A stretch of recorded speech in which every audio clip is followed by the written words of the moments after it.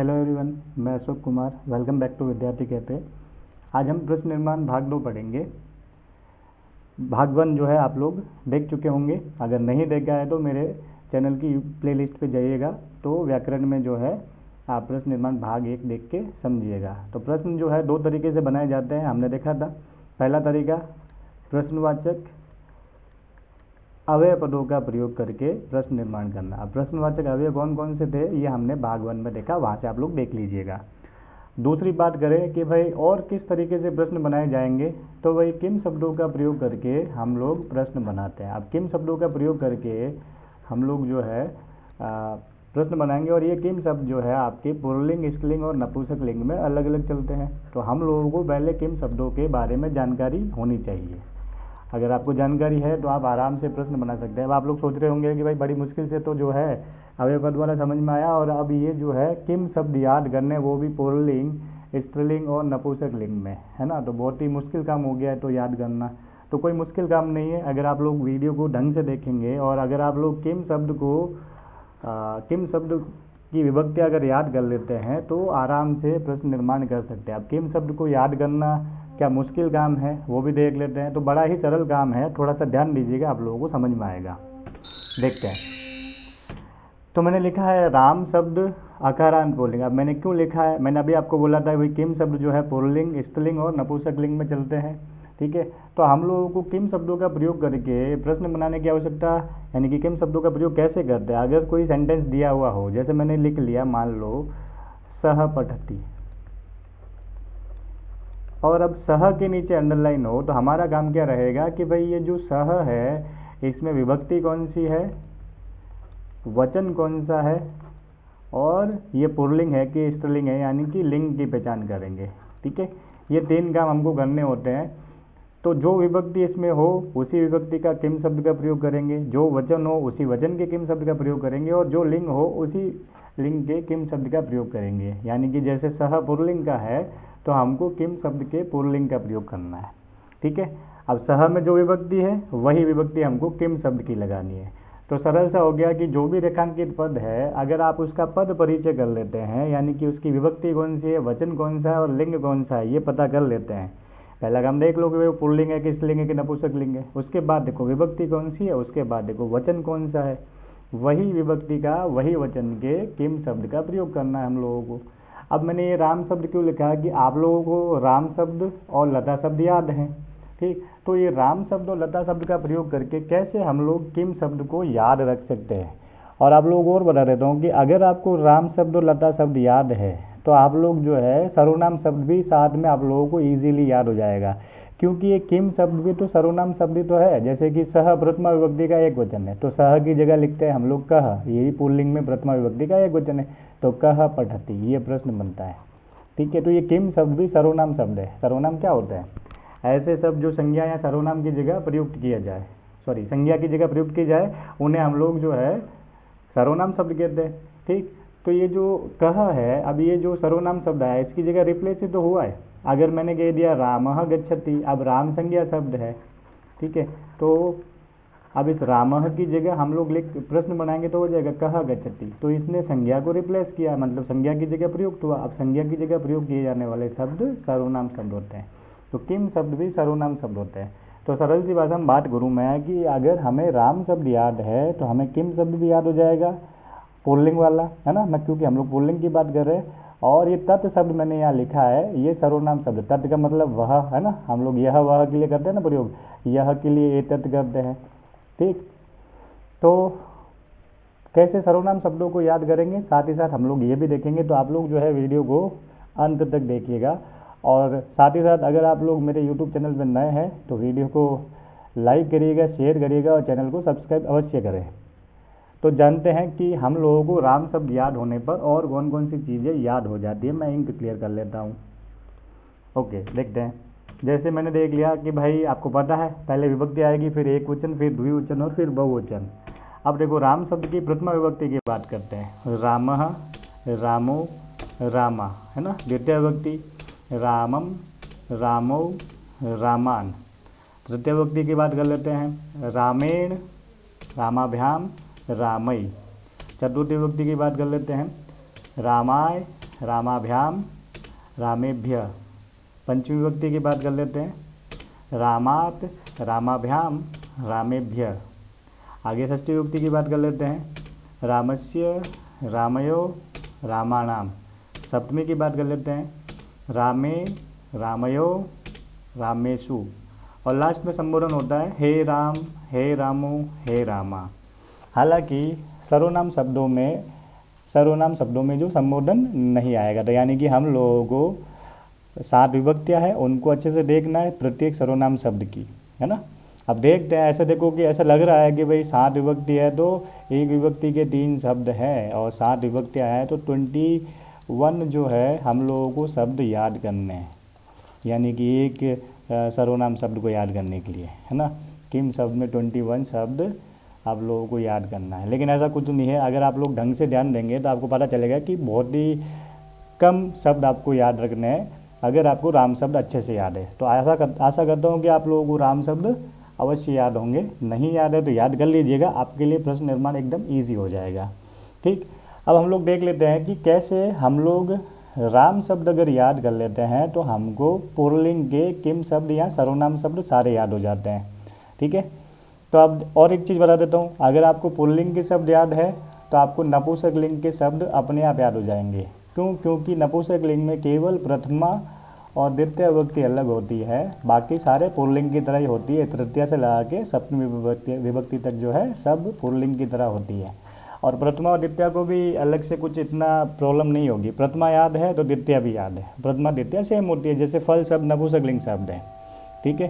अब फल शब्द की प्रथमा विभक्ति होती है फलम फले फलानी, फलम फले फलानी हो जाएगी इसकी द्वितीय विभक्ति, यानी कि प्रथमा द्वितीय सेम। तो फलम फले फलानी प्रथमा है तो द्वितीय विभक्ति को हो जाएगी फलम फले फलानी। तृतीय विभक्ति की बात करें तो तृतीय विभक्ति पुल्लिंग की तरह हो जाएगी। जैसे ये रामेन रामाभ्याम रामई है तो फल शब्द की हो जाएगी फलेन फलाभ्याम फलई। बहुत आसान है ना, पूरी की पूरी पुल्लिंग की तरह। फलाए फलाभ्याम फलेभ्य, फलात फलाभ्याम फलेभ्य, यानी कि प्रथमा और द्वितीय याद रखनी है, बाकी सारी पुल्लिंग की तरह। तो वो चीज़ किम शब्द में है कि आपको प्रथमा और द्वितीय याद रखनी है, बाकी सारी की सारी पुल्लिंग की तरह हो जाएगी। मतलब अगर हम लोग पुल्लिंग शब्द याद कर लेते हैं किम शब्द का, तो हम लोगों को नपुंसक लिंग वाला ऑटोमेटिकली अपने आप याद हो जाएगा। देखेंगे आगे। ओके, तब हम लोग किम शब्द की बात करते हैं, इंक क्लियर कर रहा हूँ मैं, आगे बढ़ते हैं वीडियो में। अब देखो, जैसे राम शब्द अकारांत पुल्लिंग है, राम के म में अ आया हुआ है ना। अब अ आया हुआ है कि नहीं आया, वर्ण विच्छेद आप लोगों ने पढ़ा होगा, समझ गए होंगे।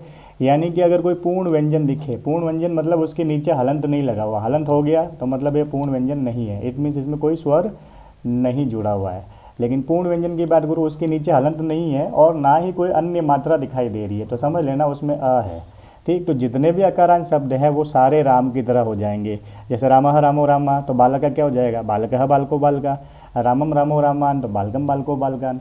ठीक, तो जितने भी अकारांत शब्द है वो सारे के सारे राम की तरह होते हैं, तो राम अकारांत पुल्लिंग शब्द है। ओके, अब दूसरी बात करते हैं कि भाई राम के आधार पर हम लोग को किम शब्द याद करना है, तो क्या करेंगे। तो आप क्या करेंगे, देखो यहाँ मूल शब्द राम था, तो हमने क्या किया, प्रथमा विभक्ति के एक वचन में किया, राम के पीछे विसर्ग लगा दिया, यानी कि मूल शब्द राम था, राम के पीछे विसर्ग लगा लिया, तो आपका प्रथमा विभक्ति का एक वचन बन गया रामः। अब देखो इसी राम के अंदर औ की मात्रा लगा ली तो प्रथमा विभक्ति का द्विवचन बन गया, और इसी राम के अंदर बड़े आ की मात्रा लगा के पीछे विसर्ग लगा लिया तो बना रामाह। ये हो गया आपका प्रथमा विभक्ति का बहुवचन। अब देखो आगे देखो, द्वितीय विभक्ति को भी देख लेते हैं। राम शब्द यानी कि मूल शब्द के पीछे म हलंत लगा लिया तो बन गया रामम। ठीक, औ की मात्रा लगा ली तो रामो बना, है ना, द्वितीय विभक्ति का द्विवचन। और पीछे मूल शब्द में आ और न लगा लिया हलंत तो बना रामान, यानी कि द्वितीय विभक्ति का बहुवचन।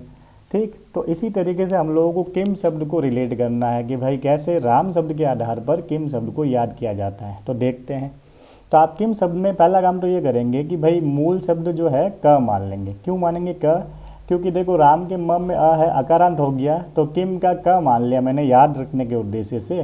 ठीक, तो ये भी अकारांत हो गया अपना। अब अकारांत हो गया तो अपना काम आसान हो गया, अब राम की तरह याद करेंगे। ठीक, तो अब देखो राम का मूल शब्द में पीछे विसर्ग लगा लिया तो क्या बन गया था, रामः बना, प्रथमा का एक वचन। अब आपका मूल शब्द किम शब्द की बात करूँ तो मूल शब्द क्या है, क। तो प्रथमा का एकवचन क्या हो गया, मूल शब्द के पीछे विसर्ग कह, प्रथमा विभक्ति एकवचन। अब देखो राम शब्द में मूल शब्द में औ की मात्रा लगाई तो बना रामऊ। तो किम शब्द के अगर पुल्लिंग की बात करें तो ये क हो गया, यानी क्या का राम की तरह चल रहा है ना, तो इस क के अंदर औ की मात्रा लगा लेंगे तो बन गया कऊ, प्रथमा का द्विवचन हो गया। अब आगे देखो राम शब्द की प्रथमा विभक्ति का बहुवचन बनाने के लिए क्या, मूल शब्द में आ की मात्रा और पीछे विसर्ग। तो आप देखो क लिखा हुआ आपका मूल शब्द, इसमें आ की मात्रा और पीछे विसर्ग, तो बन गया का। ठीक, तो इसी तरीके से आप लोगों को सारे के सारे शब्द रूप किम शब्द के पुल्लिंग के याद हो जाएंगे। अब देखते हैं आगे। देखो राम का क्या हो गया, रामः रामो रामा। तो किम शब्द में आपका मूल शब्द हो गया क, है ना, मूल शब्द क्या मानना है, क हो गया। तो आप देखते हैं विभक्तियाँ कैसे कैसे बनती है। ठीक है, चलते हैं वीडियो में आगे, पीपीटी को मैं आगे बढ़ा रहा हूँ, कहने का मतलब ओके। तो क्या हो जाएगा देखते हैं। देखो प्रथमा का एकवचन क्या हो गया, कह, है ना, मूल शब्द था हमारा क और उसके पीछे हमने क्या लगा लिया, विसर्ग लगा लिया। तो प्रथमा विभक्ति का एकवचन हो गया कह। द्विवचन क्या हो जाएगा, मूल शब्द में औ की मात्रा लगी, देखो जैसे ये रामः रामो था, ये हो गया कह कऊ। ठीक, और बहुवचन में होता है के। तो अभी आपको ये मैंने गोला कर लिया, ये वाला आपको थोड़ा ध्यान रखना है। क्यों, क्योंकि सर्वनाम शब्द में हल्का सा डिफरेंस रहेगा कुछ जगहों पे, 3-4 जगह है मुश्किल से। ठीक, तो एक तो आपको ये शब्द याद करना है कि भाई प्रथमा विभक्ति के बहुवचन में के करना है, ऐसा नहीं कि काह कर लो, है ना, वो स्त्रीलिंग का हो जाएगा। ओके, तो ये के करना, वो भी याद है आपको, है ना। आपने तत् शब्द यानी कि इसकी प्रथमा विभक्ति सह तऊ ते होती है, तो सर्वनाम शब्दों में एक की मात्रा होती है, कहने का मतलब। ठीक, तो आपको पहला शब्द तो ये याद रखना। अभी तक कितना याद करना पड़ा, सिर्फ एक। ठीक, आगे बढ़ते हैं। मूल शब्द में म हलंत लगाया तो रामम बना, औ की मात्रा रामो, और न हलंत लगा लिया, आ और न लगा लिया तो रामान। तो किम शब्द में क्या करेंगे पुल्लिंग में, देखो आपका मूल शब्द क्या था, क था, और क के पीछे म हलंत लगा लिया तो बन गया कम। द्विवचन में देखो औ की मात्रा है कऊ, बहुवचन में देखो आ और न है हलंत, तो कान हो गया। अब देखो आगे रामायण में क्या हुआ, ए और न जोड़ दिया, है ना, एन जोड़ दिया मूल शब्द में, और यहाँ देखो आभ्याम जोड़ा हुआ है ना, आ की मात्रा लगा ली म के अंदर और पीछे भ्याम जोड़ा हुआ, कहने का मतलब मेरा। ठीक है, और यहाँ पे मूल शब्द में आई की मात्रा। ठीक, तो हम किम शब्द का भी देख लेते हैं। देखो एन जोड़ा तो केन बन गया, तृतीया का एक वचन। आगे देखो आभ्याम जोड़ा तो काभ्याम बन गया, है ना, और रामई था, आई की मात्रा पीछे विसर्ग तो कई हो गया। इजी है। अब आगे देखो यहाँ पर रामाय है, रामाभ्याम, रामेभ्य। तो भाई तृतीया चतुर्थी और पंचमी का द्विवचन सेम होता है, तो आपको ये सारे के तो अपने आप याद होंगे। ठीक है, आगे देखो यहाँ पे चतुर्थी के बहुवचन में एभ्य होता है ना। अब देखते हैं इसमें क्या हो रहा है। देखो कस्मई चतुर्थी का एक वचन। देखो अभी तक आपको सिर्फ 2 याद करने पड़े, पहला तो ये था और दूसरा चेंज यहाँ पे था। ठीक, आगे देखो द्विवचन में काभ्याम, मैंने बताया था आप लोगों को कि भाई तृतीया चतुर्थी और पंचमी का द्विवचन सेम होता है। और बहुवचन में देखो एक ही मात्रा लग गई और पीछे भ्या विसर्ग के साथ ऐड हो गया, रामेभ्य था तो यहाँ के भी हो गया। ठीक, अब देखो यहाँ पर रामा, तो आप लोगों को सिर्फ यहाँ ध्यान रखना है कि चतुर्थी विभक्ति से स की एंट्री हो जाती है। ठीक है, आगे देखो तो रामा था तो ये कस्मात हो गया। ठीक है, ऐसे नहीं कमात बोल दो, कमात गलत होगा, मैंने बताया ना चतुर्थी विभक्ति से सब जगह स आएगा, तो यहाँ पे स आधा आया हुआ है। ठीक, तो यह ध्यान रखना कि चतुर्थी विभक्ति से सब जगह जो है पीछे सब जो ये स है वो आधा स आएगा। ठीक है, तो रामा था तो ये कस्मात हो गया। अब द्विवचन तो पता चल ही गया होगा, काभ्याम है तो यहाँ पे भी काभ्याम रहेगा। बहुवचन भी पता चल गया, चतुर्थी और पंचमी का बहुवचन सेम होता है। ठीक, तो केभ्य हो गया। अब देखो रामस्य, ठीक, पीछे श्य लगा मूल शब्द के, अब क है तो क्या हो जाएगा, कस्य हो जाएगा। द्विवचन में षष्ठी विभक्ति के द्विवचन में देखो मूल शब्द के पीछे यो लग गया। ठीक है, यो यो, है ना, यो यो हनी सिंह नहीं भूलना। ठीक है, यो यो षष्ठी और सप्तमी का द्विवचन हो गया आप लोगों का। ठीक, मूल शब्द के पीछे यो लगा लोगे, आपका षष्ठी विभक्ति का और सप्तमी विभक्ति का द्विवचन हो जाएगा। संज्ञा शब्दों में भी हो जाता है, और ये जो आपका सर्वनाम शब्द है जो कि किम शब्द है उसमें भी हो जाएगा। ठीक है, तो देखते हैं द्विवचन हो गया आपका कयो और बहुवचन क्या हो गया केशाम। ठीक है, अब देखो केशाम को भी मैं गोला कर रहा हूँ, तो अभी तक हमको कितने शब्द याद करना पड़ा, पहला दूसरा हो गया कस्मई और तीसरा ये जो है अभी केशाम हो गया। ठीक है, आगे चलते हैं। सप्तमी विभक्ति का एक वचन होता है रामे और यहाँ होता है कस्मिन। ठीक है, द्विवचन षष्ठी और सप्तमी का सेम होता है तो कयो, और बहुवचन में पीछे देखो मूल शब्द में एक ही मात्रा लगी हुई है और सु लगा हुआ है ना, रामेशु हो गया। तो यहाँ पे होता है केशु, है ना, वही देख लो, एक की मात्रा और ये सु लगा हुआ, सप्तमी का बहुवचन। संबोधन शब्द सर्वनाम शब्दों के संबोधन शब्द नहीं होते, ठीक है। तो आप लोगों ने देखा होगा कि बड़े ही सरलता से अगर आप लोगों को राम शब्द याद है तो सारे के सारे किम शब्द के पुल्लिंग के शब्द अपने आप याद हो जाएंगे। मैं एक बार इन क्लियर करके आप लोगों को फिर से बताता हूँ, ठीक। यानी कि अगर आप कंपेयर करेंगे, तुलना करेंगे, तो आप लोगों को कितने शब्द याद करने पड़े। अगर आप रटने बैठे तो आपको 21 शब्द याद करने पड़ेंगे, है ना, 21, है ना। लेकिन अगर आप थोड़ा सा ध्यान देंगे तो कितने शब्द याद करने हैं, देखो मैं गोले कर रहा हूँ, केवल वही शब्द याद करने हैं। पहला हो गया के, प्रथमा का बहुवचन, जो आप लोगों को याद है। स तऊ ते होता है ना, वैसे ही क कऊ के होता है, वो भी याद ही है आप लोगों को। थोड़ा कॉन्फिडेंस रखा करो अपने ऊपर, ठीक है। दूसरा क्या हो गया, कसमई, है ना, तो कसमई हो गया दूसरा शब्द आप लोगों के लिए। तीसरा क्या हो गया, यहाँ पे देखो केसाम, है ना, जो अलग है वही बता रहा हूँ, जो आप लोगों को ध्यान रखना है।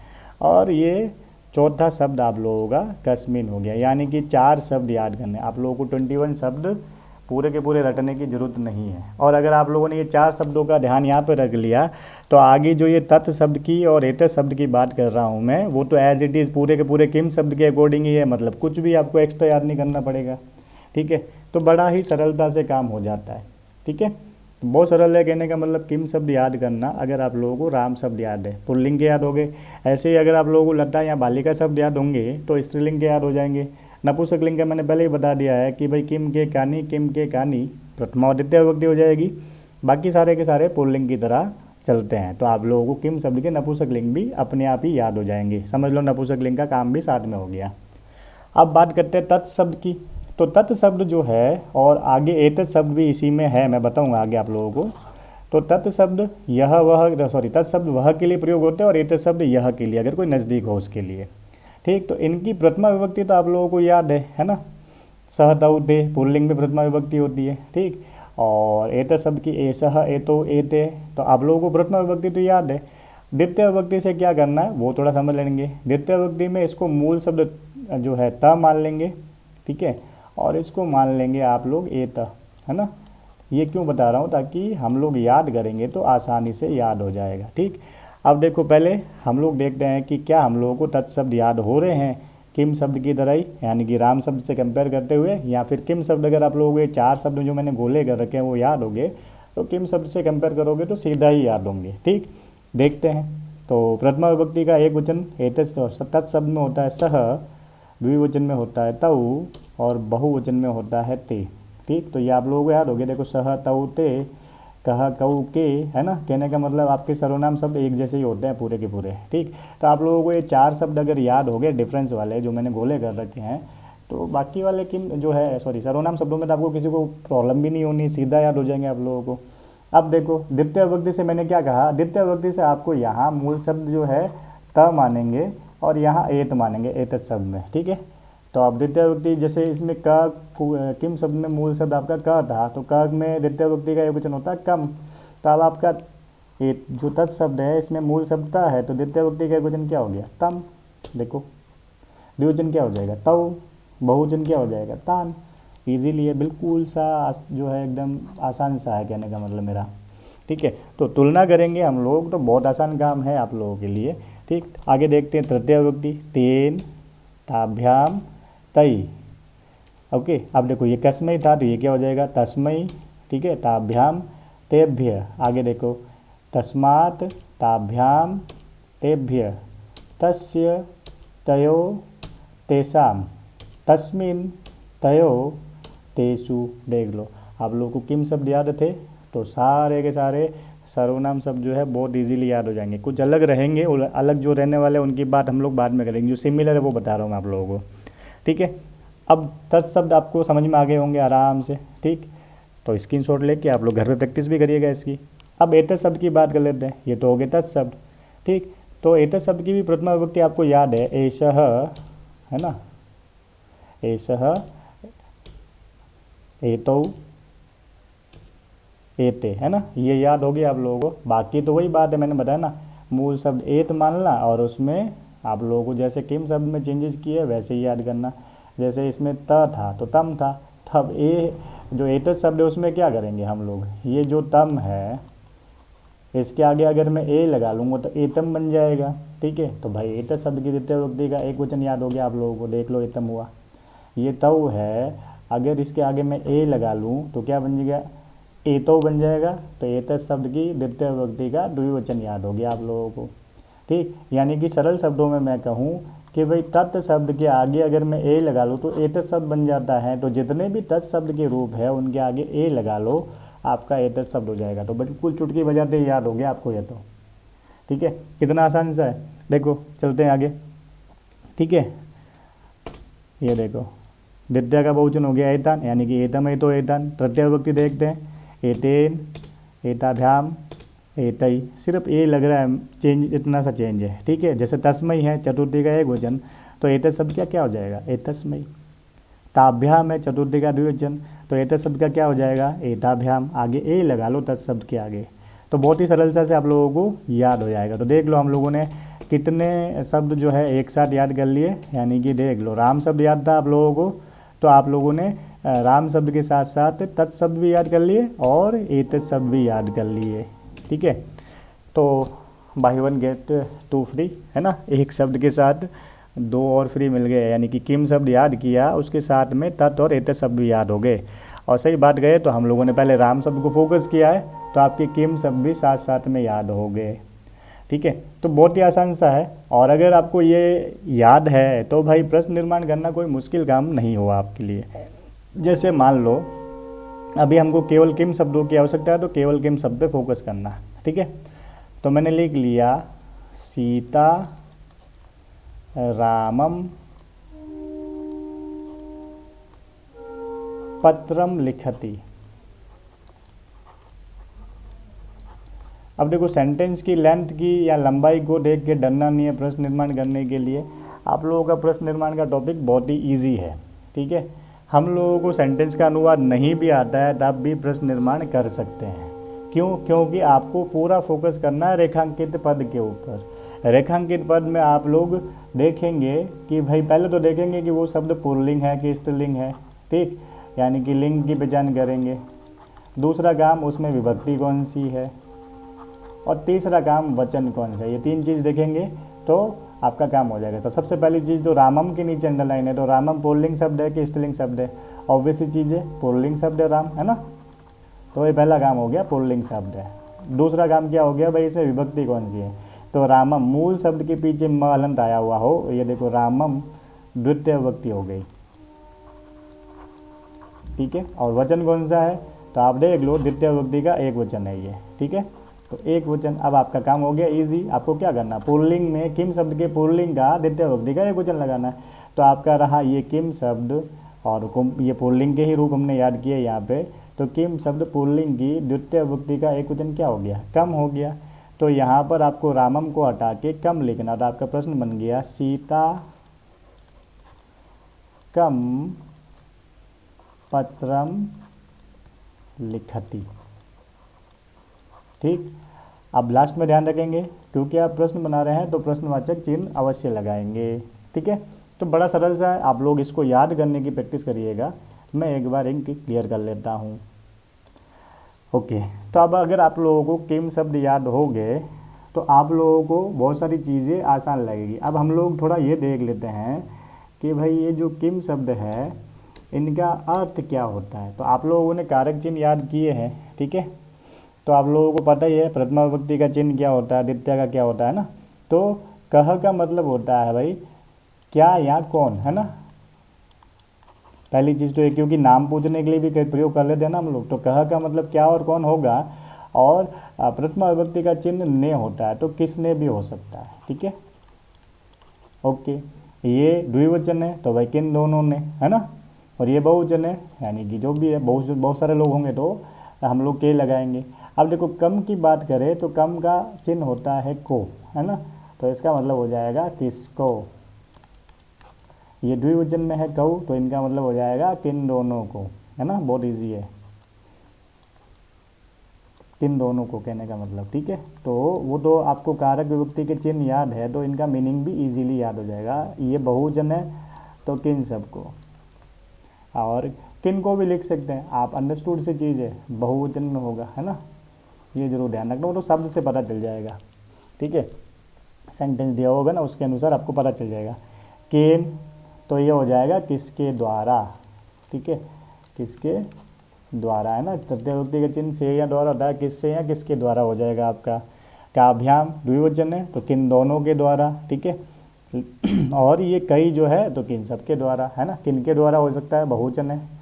ओके, कसमई तो किसके लिए, क्योंकि चतुर्थी विभक्ति का चिन्ह क्या होता है, के लिए होता है, ठीक, तो कसमई का मतलब हो गया किसके लिए। तो एक वचन का अर्थ याद है तो द्विवचन और बहुवचन का तो आपको याद हो जाएगा, सिर्फ दोनों वर्ड ऐड करना है और सब वर्ड ऐड करना है। तो काभ्याम का मतलब हो गया किन दोनों के लिए, और केभ्य का मतलब हो गया किन सब के लिए। ये क्यों बता रहा हूँ कि अगर आप लोग हिंदी से इंग्लिश ट्रांसलेट कर रहे हो, हिंदी से इंग्लिश सेंटेंस का अनुवाद कर रहे हो, और आपको कोई प्रश्न बनाना हो हिंदी से इंग्लिश में, सॉरी हिंदी से संस्कृत में सेंटेंस को अनुवाद करना हो, तब आपको पता रहेगा कि कौन सी विभक्ति लगानी है किम शब्द की, ठीक है। तो आगे देखो, पंचमी विभक्ति का चिन्ह से होता है अलग होने अर्थ में, है ना, तृतीय का भी से होता है और पंचमी का भी से होता है। तो अलग होने का अर्थ जहाँ हो वहाँ पंचमी विभक्ति लगाएंगे। जैसे कह दिया भाई पेड़ से पत्ता गिरता है, तो पेड़ से पत्ता गिरेगा तो अलग हुआ, तो वहाँ पे आपका आ जाएगा कस्मात। कस्मात का मतलब होता है किससे, ठीक, ये से चिन्ह आ रहा है पीछे, अलग होना अर्थ में लेना है। और द्विवचन में वही, भाई द्विवचन है तो द्विवचन के हिसाब से अनुवाद करना, किन दोनों से हो जाएगा, है ना, किन सब से हो जाएगा। ओके, षष्ठी विभक्ति की बात करें, काके की चिन्ह होता है षष्ठी का, है ना, आप लोगों ने कारक शब्द याद कर रखे होंगे, नहीं किए तो कर लीजिएगा, आप ही लोगों का फ़ायदा है, ठीक। तो भाई किसका हो जाएगा एक वचन में, इसका हो जाएगा भाई किन दोनों का, है ना, और किन का या किन सब का, ओके, बहुवचन में। कसमई किस में, है ना, किन दोनों में, और किन किन में, यानी कि बहुवचन में कहने का मतलब, तो में चिन्ह ऐड हो जाएगा, ठीक है। तो आप लोगों को इनके मीनिंग भी पता होना चाहिए ताकि आप लोगों को प्रश्न बनाने में आसानी हो, प्लस हिंदी से संस्कृत में अनुवाद करो तब भी आसानी हो, ठीक। तो बहुत ही सरल तरीके से आप लोगों ने जो है समझ लिया होगा अभी तक तो, ठीक। तो अभी के वीडियो में आप लोगों को क्या क्या हमने सीखा उसकी बात कर लेते हैं फटाफट वापस। देखो पहली चीज़ क्या हो गई कि हम लोगों का राम शब्द रिवाइज हो गया, ओके, नहीं किया है तो राम शब्द यहाँ से जो है स्क्रीनशॉट लेके लिख के आप लोग याद कर लीजिएगा। राम शब्द के आधार पर हम लोगों को किम शब्द के पुल्लिंग शब्द याद हो गए, और किम शब्द के पुल्लिंग शब्द याद हैं और राम शब्द याद है तो आपको तत् शब्द भी याद हो जाएंगे और साथ ही साथ एतत् शब्द भी याद हो जाएंगे, क्योंकि मैंने आपको फटाफट से बता रखा है। देख लो फटाफट सब चीज़ें रिवाइज हो गई आप लोगों के, ठीक है। तो एतत् शब्द भी आप लोगों को साथ साथ में याद हो रखे हैं, ठीक। तो चार चीज़ें हम लोगों ने एक साथ देख ली, साथ ही साथ आपको प्रश्न निर्माण का थोड़ा आइडिया हो गया होगा कि कैसे प्रश्न बनते हैं, ठीक। आगे हम लोग जो है वीडियो में एग्जाम्पल सहित भी प्रैक्टिस करेंगे। आज के लिए तो इतना ही रहा कि भाई हम लोगों का, क्योंकि किम शब्दों का प्रयोग करके पुल्लिंग स्त्रीलिंग नपुंसकलिंग में जो है जो भी शब्द आएंगे उसमें उसको हटा के किम शब्द का प्रयोग करके हम लोग प्रश्न बनाएंगे। तो हम लोगों को किम शब्द याद भी तो करने हैं, ठीक। और आप लोगों को टेंशन खत्म हो गई होगी कि किम शब्द को याद करना मुश्किल काम है या याद नहीं होगा, बिल्कुल आसानी से याद हो जाएगा। आप लोग वीडियो को अच्छे से समझिएगा, देखिएगा और घर पे प्रैक्टिस करिएगा तो आप लोगों को आसानी से याद हो जाएगा, ठीक है। आगे हम लोग जो है किम शब्द के स्त्रीलिंग के रूप कैसे याद करेंगे वो देखेंगे। किम शब्द के नपुंसक लिंग के तो आपको अपने आप याद हो गए होंगे ना, बता देता हूँ। किम शब्द के नपुंसक लिंग में किम के कानी, ठीक है, प्रथमा विभक्ति होती है और द्वितीय विभक्ति भी यही होती है किम के कानी। बाकी सारे के सारे पुल्लिंग की तरह, जैसे केन का अभ्याम कही है तो नपुंसक लिंग में भी केन का अभ्याम कही होता है। कसमई का अभ्याम केप भी है, चतुर्थी विभक्ति में होता है तो नपुंसक लिंग में भी यही होता है चतुर्थी विभक्ति में, ठीक है। तो आगे हम लोग किम शब्द के स्त्रीलिंग शब्दों को कैसे याद करते हैं उसके बारे में पढ़ेंगे और फिर जो है एग्जाम्पल को प्रैक्टिस करेंगे उसके भी अगले वीडियो में, ठीक। तो आशा करता हूँ कि आप लोगों को समझ में आया होगा। तो यहाँ तक की प्रैक्टिस करिएगा, घर पे लिख लिख के याद करिएगा ताकि आप लोगों को एग्ज़ाम में प्रॉब्लम नहीं आए, ठीक है। तो आज के लिए बस इतना ही। आप लोग जो है अगर मेरे चैनल पर नए हैं तो वीडियो को लाइक करिएगा, शेयर करिएगा और चैनल को सब्सक्राइब अवश्य करिएगा। धन्यवाद।